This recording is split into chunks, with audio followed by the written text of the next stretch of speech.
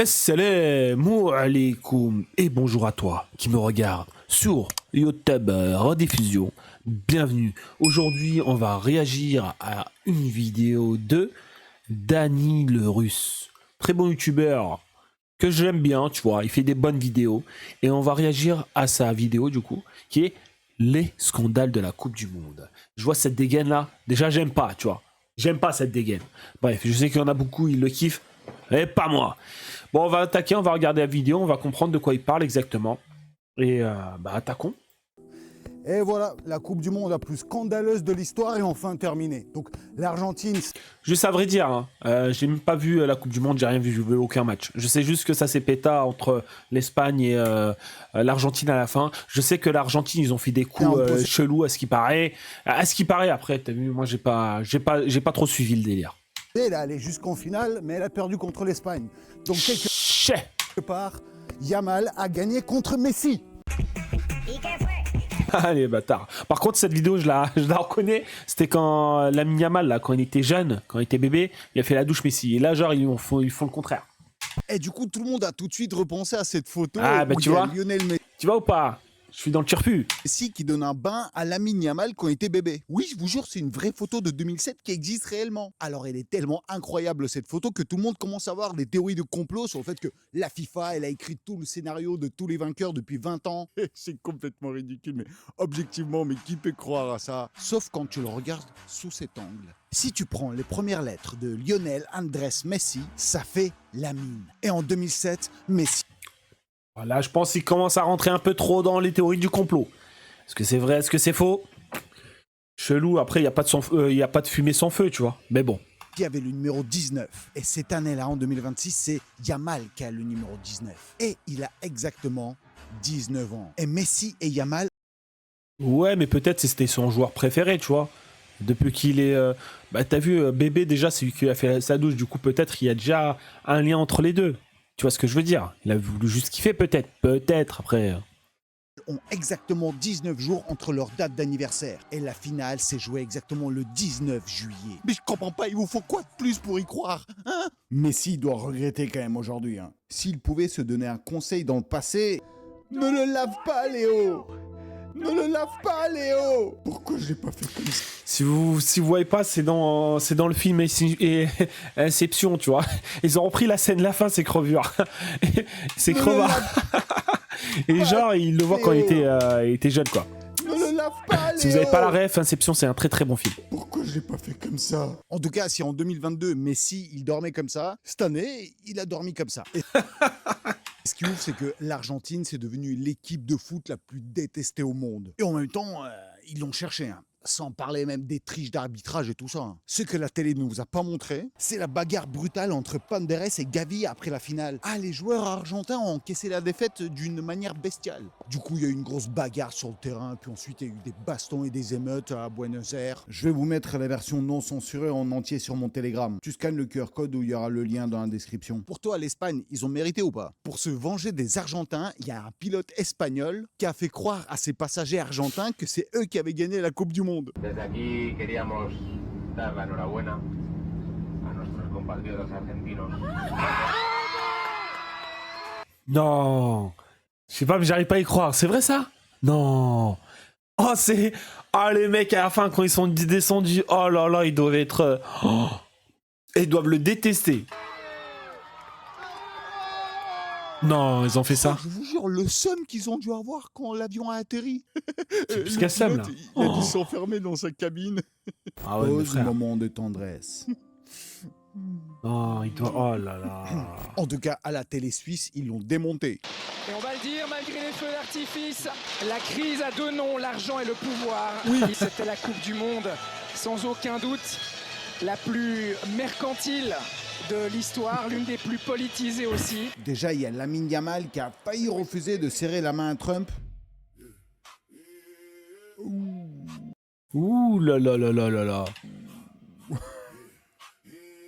Il a failli. Ah, je le déteste, Lavis. Je le déteste. Ça se voit, tu vois, il a une dégaine de méchant dans les films.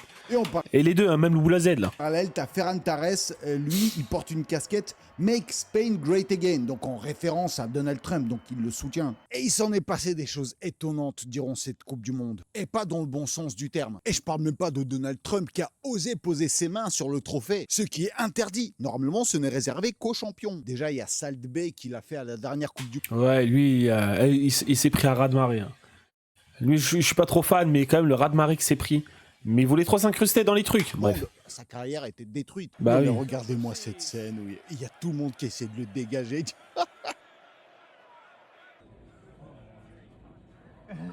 Mais lui, il s'accroche au podium, tu vois. Ouais, ah, c'est gênant. Comme un tic après une randonnée. Ah, c'est gênant, sa mère. Ah, c'est gênant.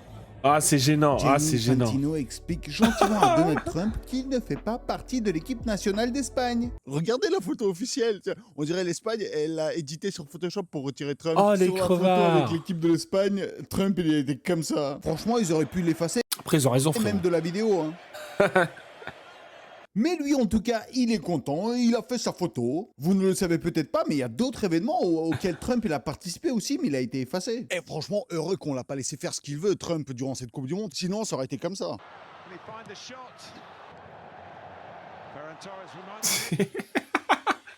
Mais frère, les montages, comment ils partent loin maintenant. C'est un truc de ouf.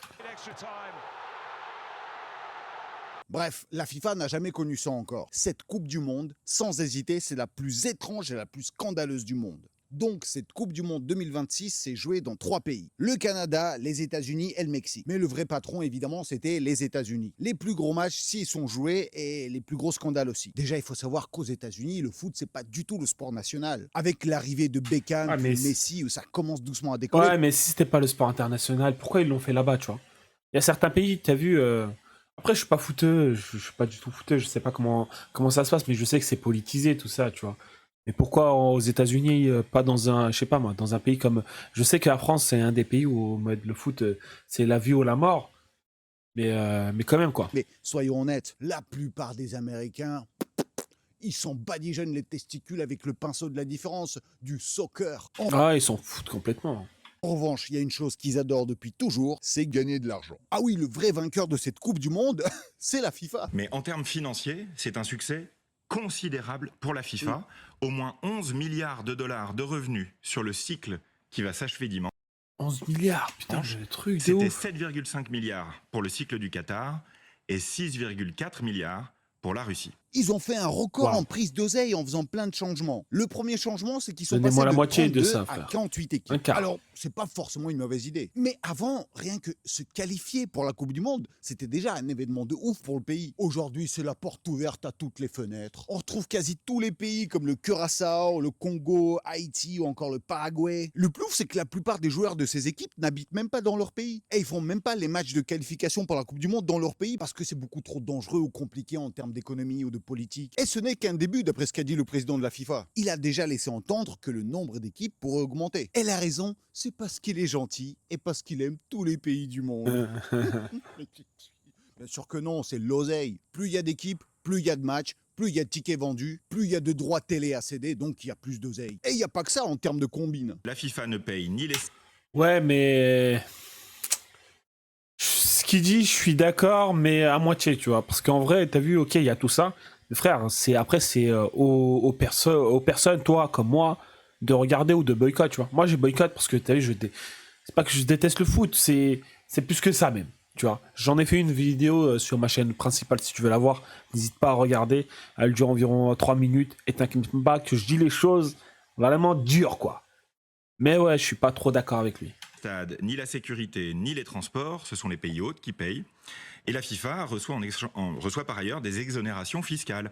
Donc ces revenus de billetterie, d'hospitalité et de sponsoring ne sont pas imposés dans le pays organisateur. À l'aise.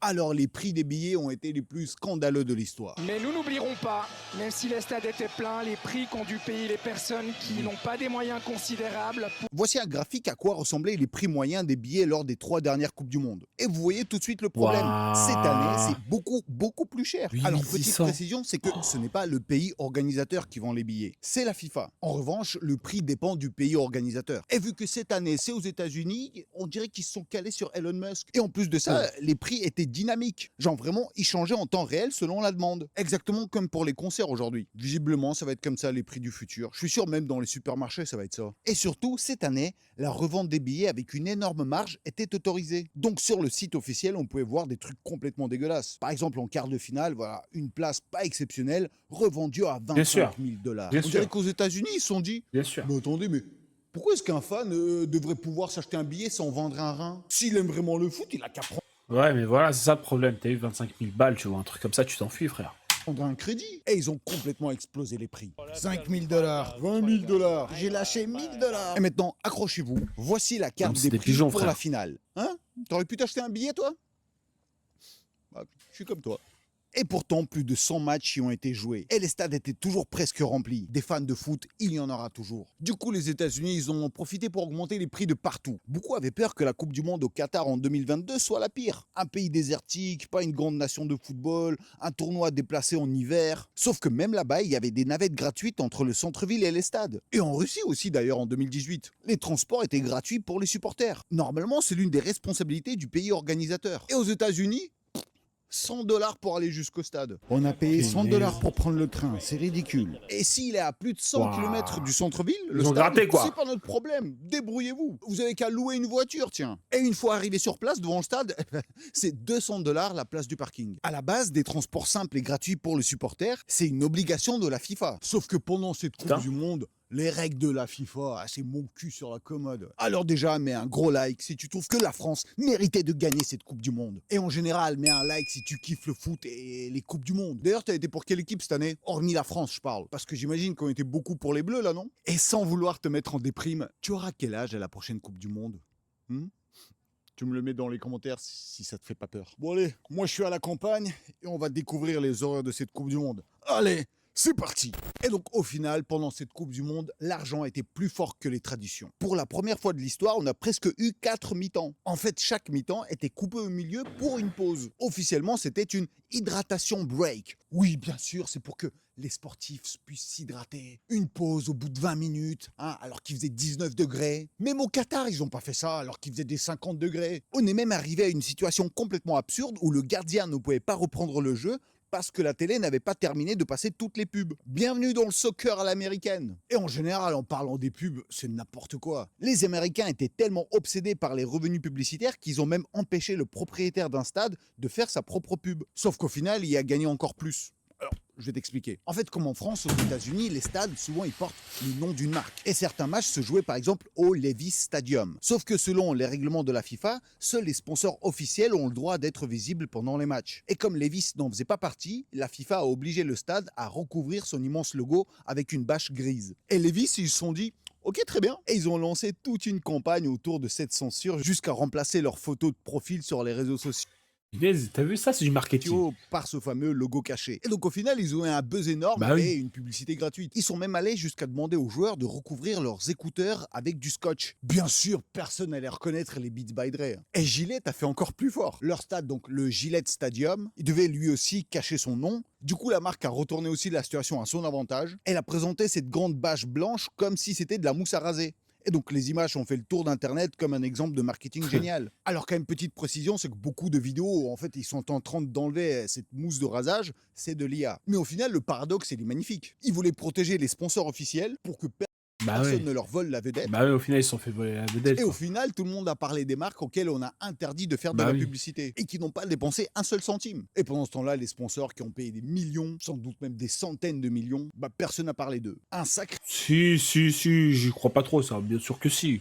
Quand même, les mecs, t'as vu, ils voient que ça, je sais pas, pendant les matchs, sur les côtés, ils voient que des trucs de coca, des trucs, bref, Pepsi, etc. Bien sûr qu'ils se font une marge dans tous les cas. karma financier. Hormis Messi non. et Ronaldo, celui qui a fait beaucoup parler à cette Coupe du Monde, c'est bien sûr Erling Haaland. Tout le monde a adoré Ah, lui, je le kiffe, lui. J'ai vu des trucs, il est atypique. ses buts, son attitude, la façon dont il est effrayé par lui-même.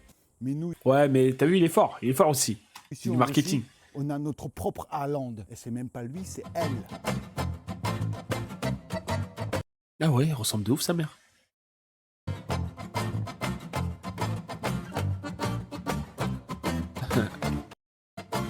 Bon, bah, t'as vu, elle se fait des vues grâce à ça, quoi. Et la vidéo, elle a fait Tant plus de mieux. 110 millions de vues. Celui qui a vraiment conquis les réseaux sociaux, c'est le Lamine petit frère de Yamal. Lamine Yamal. Ah ouais, avec son charisme, il a fait fondre le public. La question qui se pose maintenant, c'est est-ce que les parents vont demander à Lionel Messi de lui donner un bain? Alors, question Les accueil, salauds. les États-Unis, on a vu mieux. Entre les prix délirants, on avait déjà l'impression que la moitié des supporters étaient repartis avec un rein en moins. Mais même les joueurs et les arbitres, ils ont eu le droit. L'exemple le plus absurde, c'est celui d'Achraf Hakimi. C'est un joueur donc marocain qui est né en Espagne et il parle parfaitement espagnol. Et en conférence de presse, un journaliste mexicain lui pose une question en espagnol et immédiatement le modérateur l'interrompt et il dit que les questions dans une autre langue que l'anglais sont interdites. Hakimi, il explique que tout va bien, qu'il parle espagnol, qu'il comprend la question, qu'il peut répondre. Mais non, mais ça va, tout va bien, je comprends l'espagnol, je peux répondre. Non, vous n'avez pas le droit.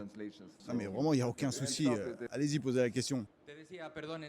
Je réponds en anglais ou en espagnol? En anglais. C'est complètement irréaliste. Achraf, il est né en Espagne. Le journaliste, il vient du Mexique, donc un pays hispanophone. Et c'est surtout l'un des 3 pays organisateurs. Sans parler des États-Unis où l'espagnol est l'une. Ah, ça, c'est aberrant, ça. Wesh. Ça manque de respect total, wesh.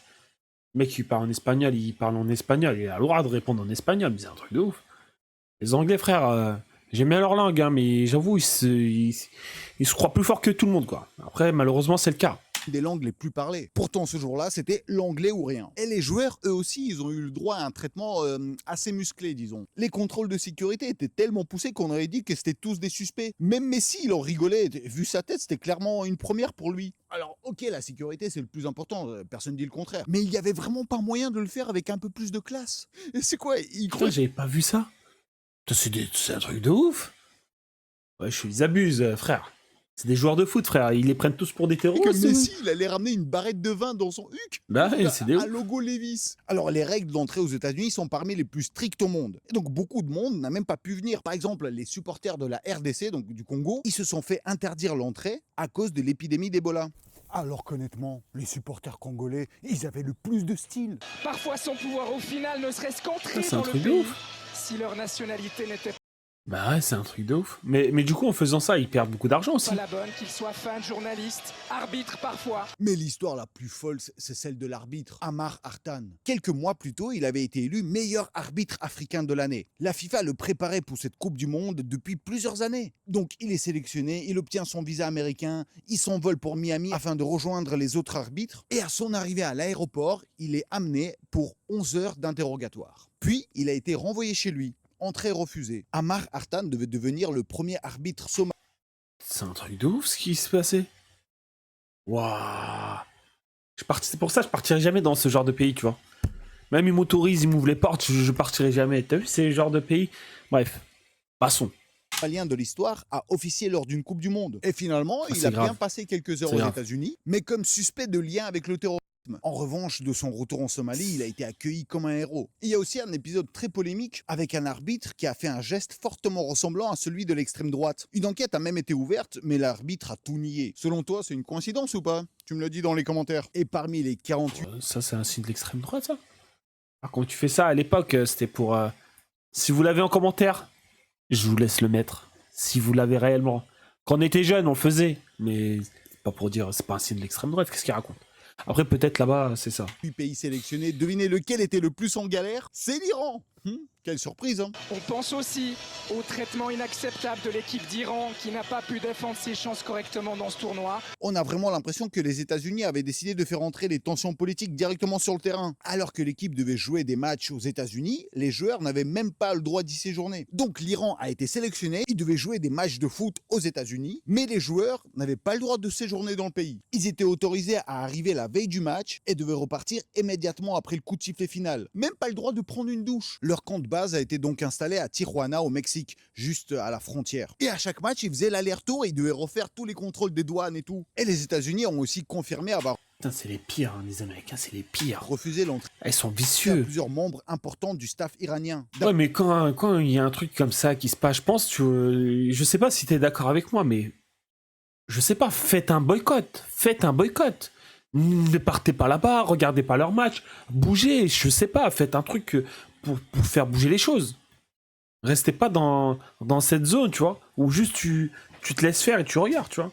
En fait, j'ai bien fait de boycott, hein. Après plusieurs témoignages, même certains photographes ou personnes chargées des équipements n'ont pas été autorisés à venir. Et donc du coup, ils ont dû se partager des tâches à faire, mais c'était incroyable. Genre l'intendant de l'équipe, il devait faire community manager. Gianni Infantino, donc le président de la FIFA, il est même allé dans le vestiaire Bordeaux, iranien parce que là, ça pour commence à me promettre saouler là. qu'il allait régler ce cauchemar logistique. Puis il est ressorti et il a dû passer un coup de fil à un certain papy à casquette rouge pour taper une barre. Et comme si Bah ça oui, ne suffisait c'est pas, sûr. l'Iran il s'est fait refuser un but contre l'Égypte dans l'une des décisions les plus controversées de cette Coupe du Monde. Franchement, est-ce qu'il y avait vraiment hors-jeu ? Pour moi, la question se pose. Mais franchement, après tout ce qu'on vient de voir là, de comment ils étaient traités, vous croyez vraiment que l'Iran aurait obtenu une décision en sa faveur? Et c'est peut-être ça le plus gros paradoxe de cette Coupe du Monde. Parce qu'aujourd'hui, l'arbitrage n'a jamais été aussi technologique. Les Bah arbitres, oui. ils portent des milliers de caméras, le ballon est équipé d'un capteur, une cinquantaine de personnes analysent chaque action en direct depuis la salle VR pour les assister. Et malgré ça, on a quand même eu des scandales. Alors là, on va entrer un peu dans une théorie de complot, mais le Qatar, quand même, c'est une des équipes les plus faibles, mais aussi l'une des plus riches du tournoi. Donc ils affrontent la Suisse, et contre toute attente, le match se termine à 1-1. Sauf que le penalty accordé au Qatar fait énormément de polémique. Pour beaucoup, y compris plusieurs consultants et des anciens arbitres, l'action était clairement précédée d'un hors-jeu. Et comme par hasard, la fameuse animation 3D qui doit montrer si le joueur est hors-jeu ou pas, bah, Elle fonctionne pas, c'est sûr. Ce qu'il va dire, c'est sûr. il y avait un gros bug, elle ne fonctionne Ah bah pas. voilà. Pas technique d'après la version officielle. Et franchement, l'arbitre, il ressemble déjà à Schwarzenegger dans Terminator. Il est couvert de gadgets connectés de partout, mais pile au moment le plus... L'arbitre, il ressemble déjà à Schwarzenegger dans Terminator. Il est couvert de gadgets connectés de partout, mais pile au moment le plus important, la technologie décide de prendre une pause. Et donc, grâce à ce penalty, le Qatar décroche le premier point de son histoire en Coupe du Monde. Et dans les médias qataris, ils ont raconté que le joueur qui a marqué, il a reçu une prime de 2 millions de dollars ainsi qu'une Rolls-Royce. Alors, est-ce que c'est Punaise. Donnez-moi ça à moi, donnez-moi la une moulaga. simple récompense ou un petit cadeau d'échec? Ah, C'est à vous de frère. voir. Alors, tous les scandales, c'était pas non plus qu'aux États-Unis. Le Mexique nous a offert aussi quelques scènes incroyables. Il y a des supporters mexicains qui ont transformé la vie des joueurs en enfer. Chez eux, c'est presque une tradition. En fait, c'est de repérer l'hôtel dans lequel dort l'équipe adverse et tirer des feux d'artifice toute la nuit pour empêcher les joueurs de dormir avant le match. Et le plus fou, c'est qu'ils ont une véritable organisation. Bon, quand on sait que les cartels mexicains ont carrément leur propre armée, on se dit quand même qu'il y a des agents d'infiltration qui ont des infos en secret. Donc les supporters ont réussi à découvrir où l'équipe d'Angleterre allait loger, et ils ont alors réservé 15 hôtels autour du leur pour transformer tout le quartier en immense boîte de nuit. Le staff anglais a tellement flippé qu'ils ont repoussé leur arrivée jusqu'au dernier moment. Thomas Tuchel craignait que leur conversation soit espionnée et que leur tactique fuite avant le match. Donc une fois sur place, les joueurs ont eu le droit à un briefing de sécurité et à une distribution de bouchons d'oreilles. Et ce match était l'un des plus compliqués pour l'Angleterre. Ils se sont imposés mais de justesse. Et donc il y a eu aussi ce moment qui peut être considéré comme l'un des pires de ce qui s'est passé aux Coupes du Monde, voire carrément du football. Donc lors d'un match, le meilleur attaquant des États-Unis, il a reçu un carton rouge, en plus pour une vraie faute. Donc selon les règles les plus basiques du football, il est suspendu pour le match d'après. Il a fait reçu quoi un carton rouge, en plus pour une Ah ouais, frère. vraie faute. Je me connais pas trop, mais là, frère, t'écrases un mec comme ça, frère. Là, tu lui fais une cheville. Donc selon les règles les plus basiques du football, il est suspendu pour le match d'après. C'est comme ça depuis toujours et personne jamais n'a remis ça en question. C'est une règle aussi basique que comme dire si le ballon franchit la ligne, c'est qu'il y a but. Enfin ça, c'est jusqu'au moment où Trump, il se rappelle qu'il est Trump. Et donc du coup, il a appelé le président de la FIFA, Gianni, et il lui a demandé d'annuler la suspension de cet attaquant pour le match suivant. Parce qu'en fait, C'est c'est le grave. meilleur attaquant des États-Unis. C'est Et grave. Trump, il a sorti un argument incroyable. Mais comment est-ce qu'on peut empêcher un joueur de jouer un match alors qu'il a même pas encore joué ce match? Et le plus fou, c'est qu'il a vraiment dit ça en public. Après, il a reconnu qu'il connaissait même pas ces règles des cartons rouges. Et quand on lui a expliqué le principe, il a dit "Oh non, mais c'est complètement absurde, il faut changer ça." Et franchement, Trump, ce qu'il a fait à cette Coupe du Monde, d'habitude, ça se passe dans des vidéos avec un logo en orange et noir. Et évidemment, Internet s'est régalé de tout Ouais, ça. mais- On a eu le droit à une avalanche de mèmes. Mais du coup, la FIFA, elle a rien fait, quoi. Elle a laissé faire. Envoyer le carton rouge rendu à Balogun en mode Oui. Uno, des affiches de films en mode il faut Allez, sauver le soldat à bâtard. Balogun, Trump devant les écrans VR en train de revoir l'action. Et le plus fou, c'est qu'après, ils en ont parlé publiquement, comme si c'était normal. On donne parfois l'exemple en souriant de la Coupe du Monde 82 de l'émir du Koweït descendu sur le terrain pour faire annuler un but de la France. Ici, on aura vu un président se vanter d'avoir appelé le président de la FIFA pour faire annuler une suspension d'un joueur. Et donc au final, C'est Balogun, chaud. il a joué le match suivant et il n'a rien montré du tout. Les États-Unis se sont fait largement Chais. battre par la Belgique. Même Chais. là, le karma a fini par rattraper tout le monde. Et du coup, à cause de ça, le président de la FIFA, il est un peu dans le viseur. L'UEFA a déjà annoncé qu'elle soutiendrait un candidat contre Gianni Infantino lors des prochaines élections de la FIFA, avec un objectif de le remplacer. Et honnêtement, je peux comprendre. Et même la règle de la pause de 15 minutes entre les deux mi-temps, ils l'ont changé. Et pourtant, personne jamais s'est dit qu'il faudrait modifier ça. C'est pas juste une tradition, c'est la règle officielle du football depuis toujours. Ils Mais ont aux fait quoi? États-Unis, on voit les choses autrement. Regardez le Super Bowl par exemple. Là-bas, le spectacle compte presque plus que le match. Alors pourquoi s'embêter avec des Messi, Yamal ou le soccer Voilà plutôt Shakira ou alors Madonna. Alors petit savoir inutile pour toi, c'est que Attends. Shakira ou le soccer, voilà J'ai- plutôt Shakira Il y avait ou Ronaldo. alors Madonna. Ah, punaise, il y a Ronaldo et Ronaldinho. Alors, petit savoir inutile pour toi, c'est Ah, que Shakira est ils ont dû encaisser un gros chèque. Hein. apparue sur plus de Coupes du Monde que son ex Piqué, qui est footballeur professionnel. Seulement 2 joueurs ont fait mieux que Shakira. Salaud. C'est Ronaldo et Messi. Et franchement, le show qu'il y a eu à la mi-temps, là, c'est pas ouf non plus. Quand tu vois la gueule de Ronaldo avec Madonna et Ronaldinho, je te jure, on dirait les profs de PS au spectacle de fin d'année du lycée. Ronaldo, on dirait le conducteur d'un car lors d'une sortie scolaire et il a passé 5 ans à entendre des jeunes crier 6-7 dès qu'ils voient une Ouais, si tu le dis, t'as peut-être raison, mais il t'achète 10 000 fois, tu vois. Il est blindax. voiture. Du coup, pour la mi-temps, ils sont passés de 15 minutes de pause à 30 minutes. Parce qu'en 30 Waouh. minutes, bah, tu peux passer carrément plus de publicité. Et tant pis, c'est de l'autre côté de l'Atlantique, chez certaines personnes, il est déjà 2h du matin et qu'ils travaillent le lendemain. L'important, c'est surtout de ne pas contrarier les gros patrons de la FIFA. Enfin, surtout un en particulier. Alors, vu comment ça part, moi, honnêtement, j'ai quelques petites propositions pour la prochaine Coupe du Monde. Alors, déjà, on pourrait faire une hydratation break après chaque attaque. Expliquer à quel point c'est le meilleur président du monde. Ensuite, il faut lancer plusieurs abonnements à la VAR. T'as la version gratuite comme aujourd'hui, mais avec la VAR Plus ou la VAR Premium à seulement 9,99 € par mois, la ligne de hors-jeu avance de quelques centimètres. C'est quand même pratique. On pourrait aussi mettre de la publicité directement pendant le match. Imaginez un penalty, t'as le joueur qui s'élance et juste avant la frappe, t'as ce penalty vous a été présenté par Pepsi. Et enfin, le plus important, le trophée du MVP, donc le trophée du meilleur joueur du match. Franchement, il faudrait moderniser tout ça. Il faut arrêter de jouer les performances sur le terrain. Le vainqueur, faut que ça soit celui qui a généré le plus de TikTok et le plus de mèmes. C'est ça le football du futur. Je vous jure, je rigole, mais ça me fait flipper. Si un jour le directeur de la FIFA il voit ça, il pourrait s'en inspirer. C'est triste, les gars. C'est triste. C'est pour ça, je vais vous dire un truc. Allez, combien là? Vas-y, on Mais finit quand même la sur vidéo. le positif un peu, c'est que malgré tous les scandales On qu'il va y a faire eu un dans speech. cette Coupe du Monde, il y a eu quand même des histoires très positives. Il y a eu celle du gardien du Cap-Vert, Vozinha. C'était sa toute première Coupe du Monde alors qu'il a 40 ans. Il est devenu footballeur professionnel qu'à 25 ans et au début, il travaillait en même temps comme électricien. Plein de fois, il a pensé à arrêter le football, mais il a quand même continué. 40 Et ces ans. dernières années, il partageait son temps entre les entraînements et son travail de coach de beach volley pour les enfants. Et d'ailleurs, ses élèves ont été prévenus en juin qu'il n'y aura pas cours en juillet. Bon, la raison était assez valable quand même. Donc il a fait son match contre l'Espagne, qui sont un peu les favoris du tournoi, et il y a eu 0-0. Une énorme surprise. Et l'homme du match, c'était Vozinha. Il a réalisé plusieurs arrêts complètement incroyables. Et il s'offre même le luxe de chambrer un peu les Espagnols pendant la rencontre. Et à la fin du match, il a même fondu en larmes. Ses grands-parents n'ont pas vécu assez longtemps pour voir ce moment. Et sa mère n'a pas pu venir. Encore une Merde. histoire de visa. Et au coup d'envoi, il comptait à peine 40 000 abonnés sur les réseaux sociaux. Et une journaliste, elle regarde son téléphone juste après le match pour voir à combien il est désormais. Et il était à plus d'1 million sur les réseaux Attends. sociaux. Et sa Il était à quoi mère n'a pas pu venir. Encore une Enfin, là, blindax, frère, faites-moi la même chose. histoire de visa. Et au coup d'envoi, il comptait à peine 40 000 abonnés sur les 40 réseaux 000. sociaux. Et une C'est déjà journaliste, pas mal, 40 elle 000. regarde son téléphone juste après Waouh. le match pour voir à combien il est désormais. Et il était à plus d'1 million. C'est fou. Oh, c'est vraiment fou.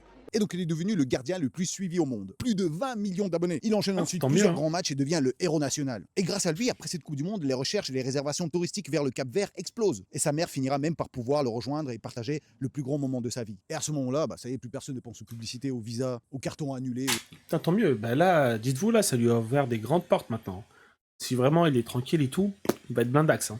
Aux polémiques d'arbitrage. Et c'est peut-être ça le vrai message. Peu importe le chaos qu'il y a autour, une Coupe du Monde, elle est d'abord faite pour créer des histoires comme celle-ci. Des histoires qui rappellent qu'il n'est jamais trop tard. Le plus important, c'est que tout le monde puisse jouer au football et vivre cette immense fête ensemble. Et pour moi, mes Yagadou, vous êtes tous les champions du monde, vous êtes tous les MVP. Donc s'il te plaît, tu mets un gros like là tout de suite. Et moi, je vous fais d'énormes Yagadaki. J'ai déjà hâte de vous retrouver à la prochaine vidéo qui va arriver, mais très. Et t'as compris, tu mets un gros like dans cette vidéo, tu t'abonnes, tu laisses ton petit commentaire en me disant ton avis. Et du coup, moi, je voulais vous dire quoi, les frérots? Bah, ce que j'en pense, c'est que bah, ça me change pas mon avis. Hein. Le foot, c'est de la daube. Mais bon, à l'époque, c'était mieux que maintenant, quoi. En tout cas, le dernier match que j'ai vu, la dernière Coupe du Monde que j'ai vue, c'était en 2006. Où vraiment, j'ai détesté le foot à cause de l'Italie. Zidane lui a mis un gros coup de boule à l'autre, là, à l'Italien. Et c'est là où j'ai kiffé ma vie. Je me suis dit, depuis, je regarde plus le foot. Grâce à cette dernière action, Zinedine, tu restes dans mon cœur. Et depuis, je regarde pas le foot. C'est pour ça que je vais vous dire, les gars, après, regarder le foot, c'est qu'une passion comme une autre, tu vois. Comme moi. Ce que je fais actuellement, c'est une passion. Bref, kiffez votre vie, c'est l'essentiel. Avancez, faites vos projets, c'est plus important. Mais en tout cas, sur ce, assalamu alaikum et bonne soirée à tous, les amis. Tchuss.